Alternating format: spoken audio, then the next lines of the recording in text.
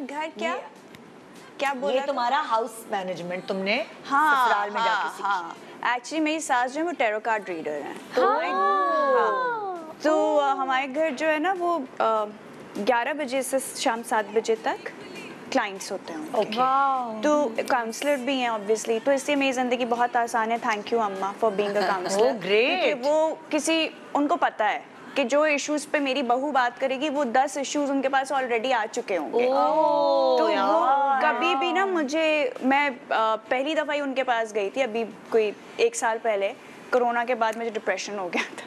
तो उन्होंने मुझे ना बड़े सही, जैसे काउंसलर्स बैठ के बात करते हैं, उन्होंने मुझसे ऐसे बात की थी। उन्होंने कहा तुम्हें ये फ्यूचर में प्लान करना चाहिए और तुम ऐसे चलो, और उन्होंने मुझे चलाया उसमें।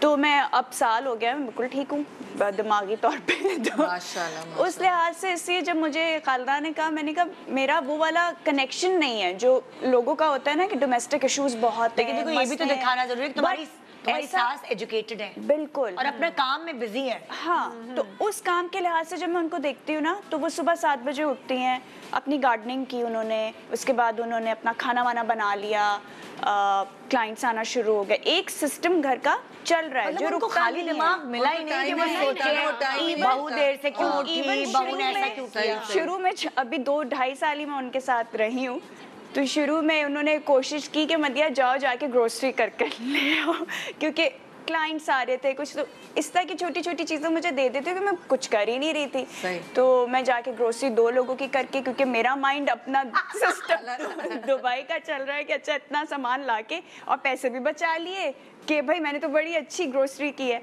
तो आगे से अम्मा फर्स्ट टाइम तो उन्होंने कुछ नहीं कहा, सेकेंड टाइम पे भेजा कि अच्छा जाओ आप शाजिल के साथ जाओ। अब शाजिल और मैं फिर अपने माइंड से करके लिया। तो मुझे कहती है बेटा मैंने तुम्हें कब कहा है कि तुम पैसे बचा कर, मैं तुम्हें देती हूँ इतनी अमाउंट, तुम उसमें से 10,000 बचा कर क्यों लाती हो? मैं कहा मेरे हिसाब से तो चीज़ें पूरी हैं। कहती है हम घर में 5 लोग हैं, तुम्हारे घर में 2 लोग होते थे, एटलीस्ट हर चीज़ जो है वो इतनी मैक्सिमम होनी चाहिए कि मेरा महीना चल जाए। तो वो फिर उन्होंने मुझसे करा दी, छोड़ दी। थर्ड टाइम मैंने कहा अच्छा मैं अच्छा, लेकिन उनका ये था हाउस मैनेजमेंट की अगेन बात है कि अपना आपको बिजी रखना। ग्रोसरी ख़त्म होगी, सुबह जाके ग्रोसरी कर लेंगी, फिर उनका क्लाइंट का टाइम 1:30 बजे उनको खाना खाना, उन्होंने अपना खाना खाया, हमने भी साथ खा लिया। वो मेरी भी रूटीन सेट हो गई कि अच्छा हाँ 1:30 बजे 2 बजे मुझे दोपहर का खाना खाना है, वरना 3, 4, 5 में करती थी।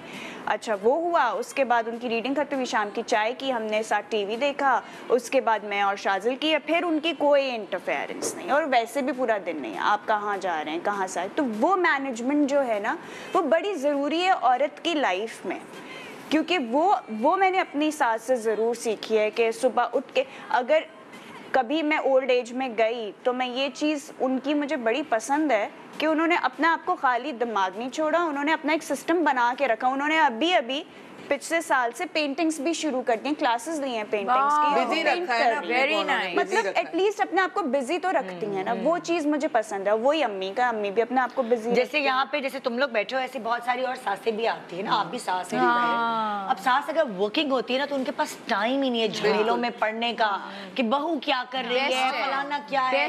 अगर उनके पास टाइम होगा तो सोचेंगी ना वो, तो वो वाली चीज होती है, या वो वर्किंग है, या वो पढ़ रही है, या वो पढ़ा रही है, या उन्होंने अपने घर में ही इतनी एक्टिविटीज डेवलप, सोशलाइज कर रही हैं। फलाने खानदान के पास चली गई, चलो जरा बेटा मैं जा रही हूँ, जरा अपनी फुप्पो की बेटी से मिलकर आती हूँ, और चल पड़ी किटी पार्टीज, कुछ नहीं तो सोशल वर्क मतलब देखो एक सर्टेन क्लास किटी पार्टीज में जाएगी, एक खातून जो है वो अलग अलग रिश्तेदारों के घर जाती है, और वहाँ पे भी कोई उनकी हम उम्र होंगी कजन जो फारिग होंगी, तो उनसे गप लड़ाना। तो वो जब अपनी टाइम को इस तरह बांट लेंगी तो फिर ये नहीं होगा जो होता है। को मुझे चाहिए स्पेशली जो हमारी ओल्ड एज में ख़वातीन आ रही हैं, क्योंकि हर कोई माँ है, वो कहती है बस अब मैं 80, 70, 60, 70 साल की हो गई हूँ तो अब मैं कुछ नहीं कर सकती, अब मेरा बूढ़ा दिमाग है। मुझे लगता है दिमाग आप खुद बनाते हैं, आप जिस तरह चाहेंगे आपकी लाइफ उसी तरह चलेगी। अब 70 साल में मैं ये सोच के बैठ जाऊँ नहीं भाई मैं तो अब बूढ़ी हूँ, मैं बेशक मैं ठीक हूँ, इंटरनली मैं फिट हूँ, मगर नहीं जी मैं तो बूढ़ी हूँ, आपकी बॉडी उसी तरह ही रिएक्ट करना शुरू कर देगी। आप कुछ भी नहीं करेंगे, आप बैठे रहेंगे, आपका दिमाग पागल होता रहेगा, फिर आप डिप्रेशन में जाएंगे। अस्सलामुअलैकुम, मुझे कहते हैं जी हिरा मानी। सब्सक्राइब करें यूट्यूब चैनल अगर आप ARY के ड्रामे देखना चाहते हैं, और अपना बहुत ख्याल रखिएगा। Thank you.